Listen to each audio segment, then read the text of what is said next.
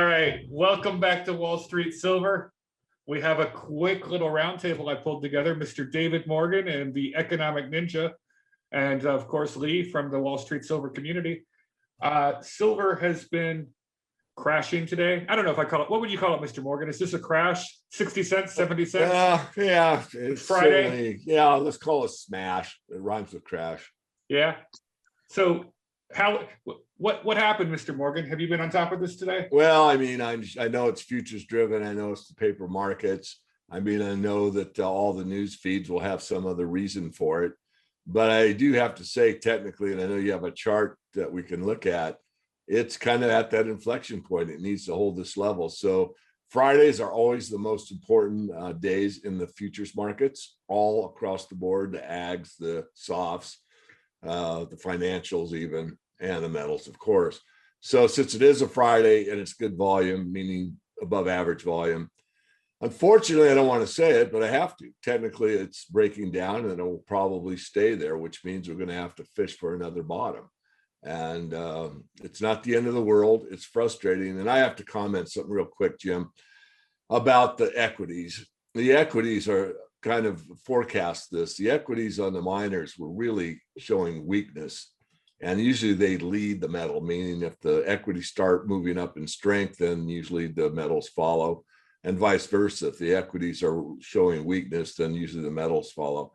And it's extremely frustrating for me because that's where I spend most of my attention, is in the equity side for our premium members.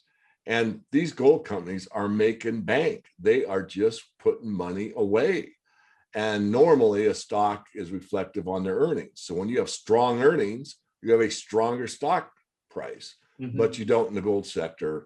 And that's, I'll just leave it right there and come back, and I'm a little off track, but I just wanted to do that for my viewers. And I'm sure some of your viewers could also be interested in some of those comments. Ninja, what are you thinking? You know, guys, honestly, if we would have had this conversation prior to January of 2020, this would have been one of those, okay, everybody, let's rally the troops. It's going to be okay. This is a normal cyclical thing. But to be honest with you, to the credit of everybody that is a part of Wall Street Silver, quite frankly, this is a whole new world now. And to be honest with you, with these small smash downs in prices, regardless of what it is, a lot of people know the truth now. They see that when the paper price comes down, you know, at the beginning, the big online brokerages, they tend to come down in price too because they're picking up futures. The problem is if this lasts any length of time, what we start to see is inventory just gets completely obliterated, right? And then you see those the price over spot jump up, and we saw that back last spring, 2 springs ago.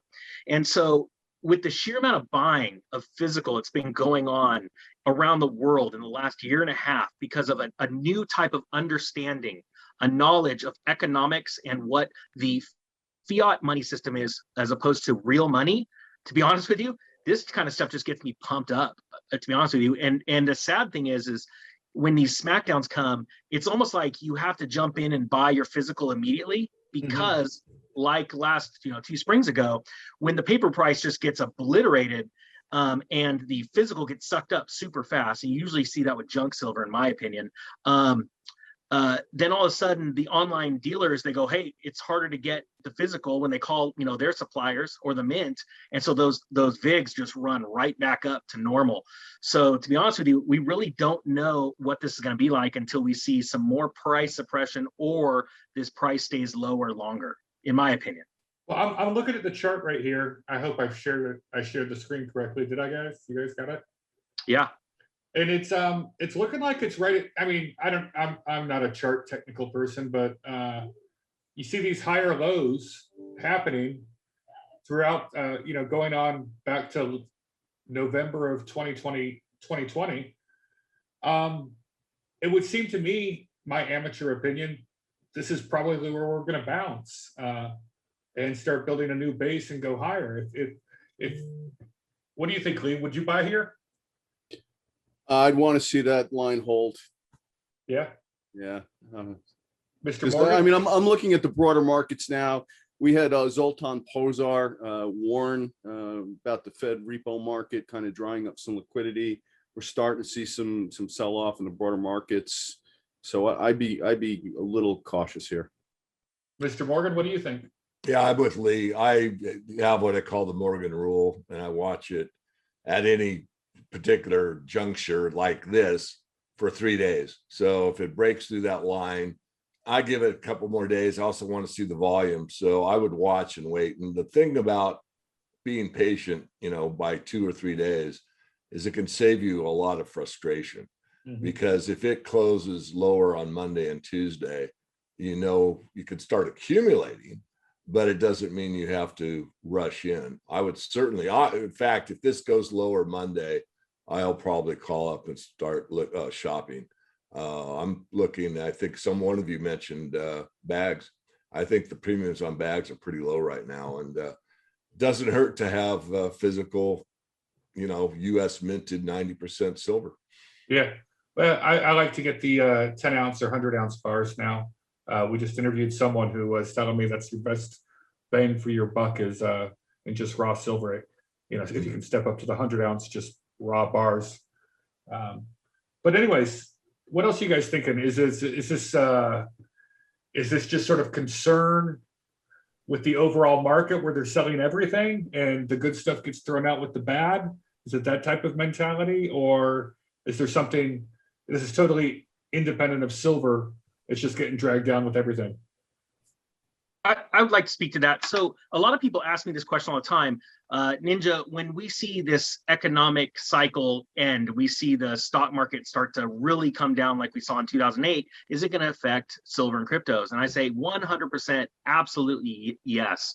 And the reason why is because we have built up these high prices in all these different assets because of a credit bubble. Okay, so what we have to remember is that when all of a sudden that bubble is disrupted, we now go into a liquidity event. Now the size, in my opinion, on the next one will be quite magnificent. However, we just don't know the sheer size. And anytime there's a disruption in any market, fund managers, wealthy people are literally moving around money to take advantage or cover themselves from losing even deeper. Okay, and so like we have two paradigms right now, and this literally is a war between paper and physical, honestly. So my thing is both of you, all of you gentlemen are right about looking at the chart and wanting to take advantage of a deeper pullback, right?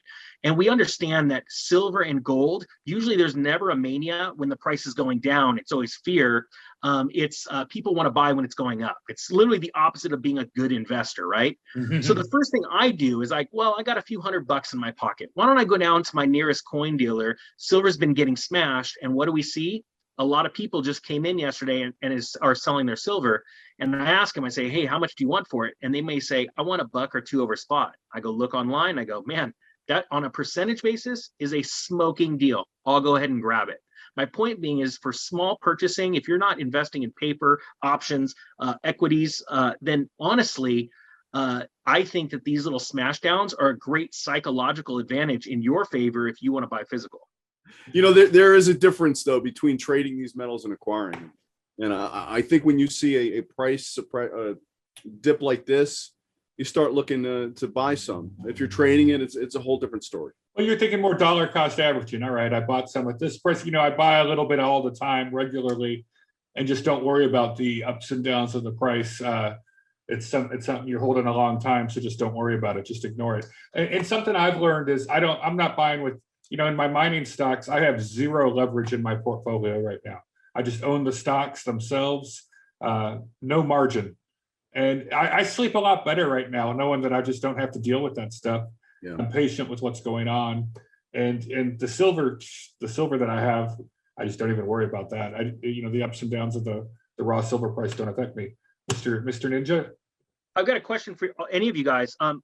A margin aside, because I think that is very toxic in our investing environment these days in our country, because so many young people are able to leverage and use margin on these third-party apps, which I think are going to bankrupt many people in this country.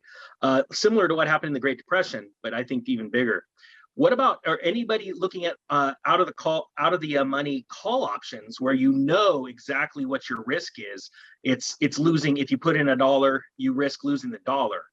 Is anyone doing that on the miners right now in this group? I do not. I have some options on some miners. Excellent. Yeah. See, I think that's an excellent opportunity. And Mr. Morgan, if you want to chime in on this, I mean, there's some miners that are really good producers. I mean, the first one that comes to my mind is First Majestic, and I like being able to do those out of the money calls, because if there is a run, boy, those on a percentage basis can just really move. But your downside is what you put in. Well, it's hard enough to be right, and it's really hard to be right in a hurry. Even 6 months out, I've done a lot with options. In fact, I made a living doing it for a while. I prefer what the brokers do. I mean, call them floor traders. There really aren't any anymore. One is to sell puts. Now, when you sell a put, you are locking in a price that you will actually get put the metal. So, for example, we're hitting the 25 handle now. You could write a put or sell one at, or write means sell, a put at say $25 silver and get a premium of 6 months out. I'll make up a number, $1. So that means you're actually paying $24 for the silver. Now, are you going to get the silver for that price or not remains to be determined, and the chance is most likely no. But what you've done is you've taken your cash account and you've turned it into a highly profitable, just by the cash, because you have to have cash to do this. But if you look at the return on percentage basis, it's very good. So that's one way. I've discussed this technique with, I won't use his name, but let's say one of the best known people that's a billionaire in this industry. But yeah, as long as you do it properly, the problem I see again and again is people get emotionally excited and put in too much money, and then they're disappointed. And then they'll blame themselves. They blame the market. Oh, I hate silver. Well, why do you hate silver? You're the one that made a bad bet. All right, guys. Any final thoughts, Lee? I would just be very careful with any kind of asset class right here. We could potentially be seeing a serious liquidity crunch, and that's inclusive of precious metals. If you're acquiring them for the long term, take advantage of the lower price as it develops. Mr. Ninja, any final thoughts? I'm doing the exact same thing. I actually am not moving to cash. I'm acquiring cash. So as every day goes by, the next paycheck comes in, or I'm able to sell an asset that I don't want anymore. I'm actually holding some cash right now because we don't know which way this is going to go. We don't know if inflation is going to ramp up quickly or if we're going to go into deflation. And I'm more of we're going into deflation in the near future after we have heavy inflation, and then possibly after that, a hyperinflation. So I'm going to cash right now, or not going to cash, holding cash. And Mr. Morgan, you have the final word. Well, thank you. I agree with both Lee and the Ninja. I think it's time of caution. And even though I'm probably one of the biggest proponents of cash is trash, it's the way we transact. And it is important and it still works. So I think it's smart to maybe accumulate here, but don't go all in thinking to pick a bottom. That's an amateur's attitude. You want to accumulate as it goes lower. And if you're in a position where you've been here and you've seen profits, fall away because you didn't have stops in, or you're for the long term, try and relax, take a deep breath, know the fundamentals are totally on your side, and it's just a question of time. And it's never in your time, it's in the market's time. But the market's largely in favor of the precious metals and hard assets. And on that note, gentlemen, thank you very much, and we'll talk to you next time.